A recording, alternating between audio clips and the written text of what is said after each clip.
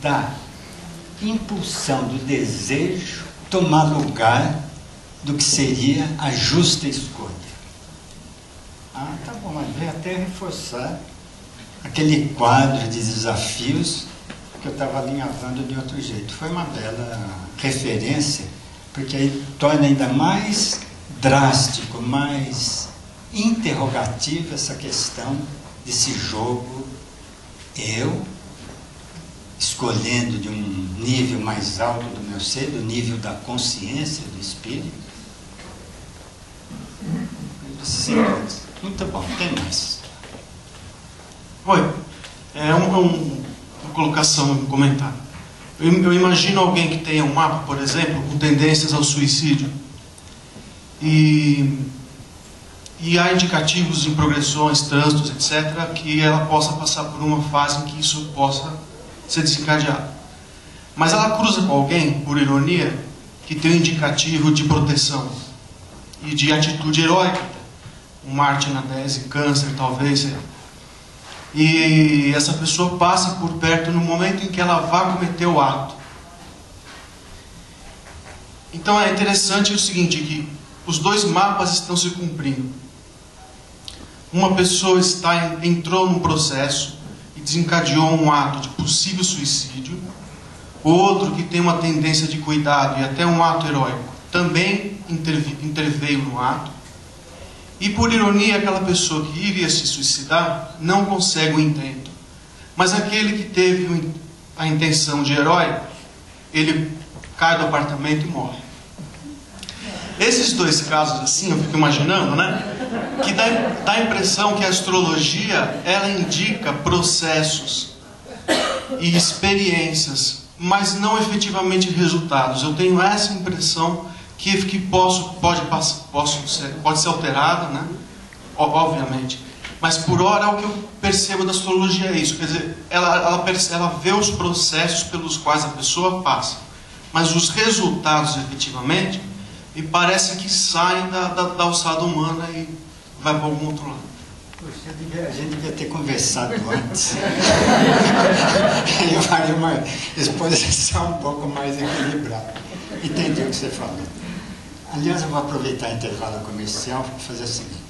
Tem um site que eu administro, chama Clube do Tarot, escreve Clube do Tarot, é www.clubedotarot.com.br. Está no folheto que tem na entrada? No correio eles puseram lá.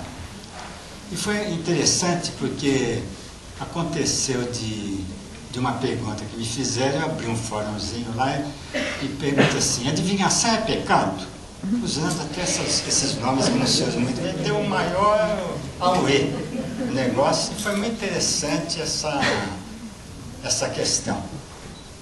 Porque dentro da tradição espiritual se tem muita reserva contra esses vaticínios, as previsões, reforçando a mecanicidade do ser, e aquilo que seriam as possibilidades de administrar estímulos novos para aquela situação que dessem resultados diferentes. Que é um pouco do que você está dizendo. Até um dos exemplos que eu gosto de dar, e até pus lá, por isso que me caiu muito bem de sua observação. Por exemplo, um bom especialista em radiografia pega uma radiografia e prevê 3 meses de vida. A mesma radiografia, o mesmo mapa, vai na mão de um cirurgião, o quadro é grave. Mas dá para fazer isso, dá para fazer aquilo, pronto.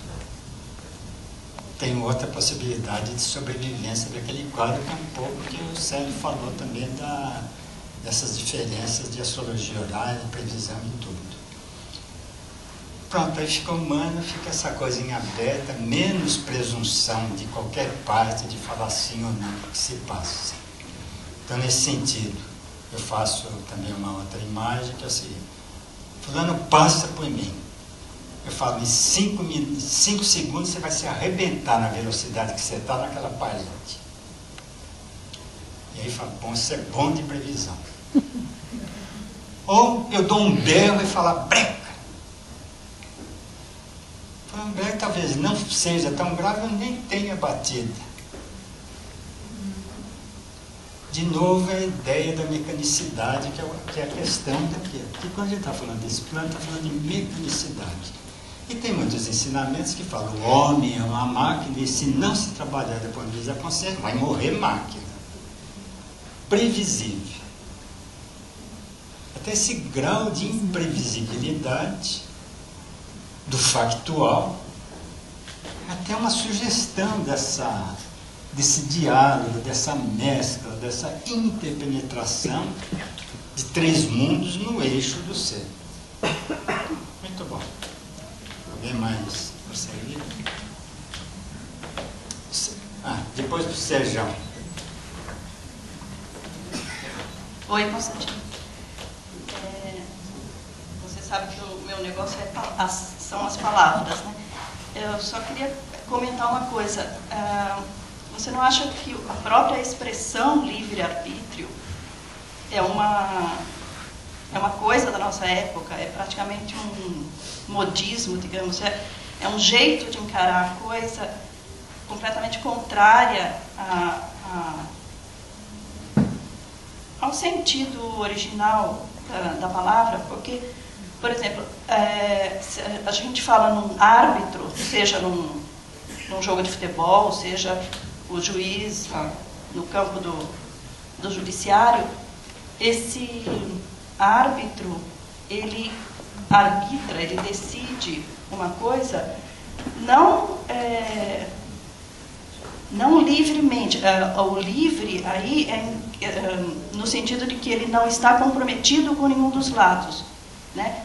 Mas tem a regra, né? Isso, ele arbitra de acordo com alguma coisa mais alta do que ele e do que as partes, que é a regra do futebol, ou é a lei, a legislação. Então, a própria noção de arbítrio implica, assim, é uma liberdade em relação ao que está abaixo, é não estar comprometido com o que está abaixo, e estar arbitrando de acordo com algo mais alto.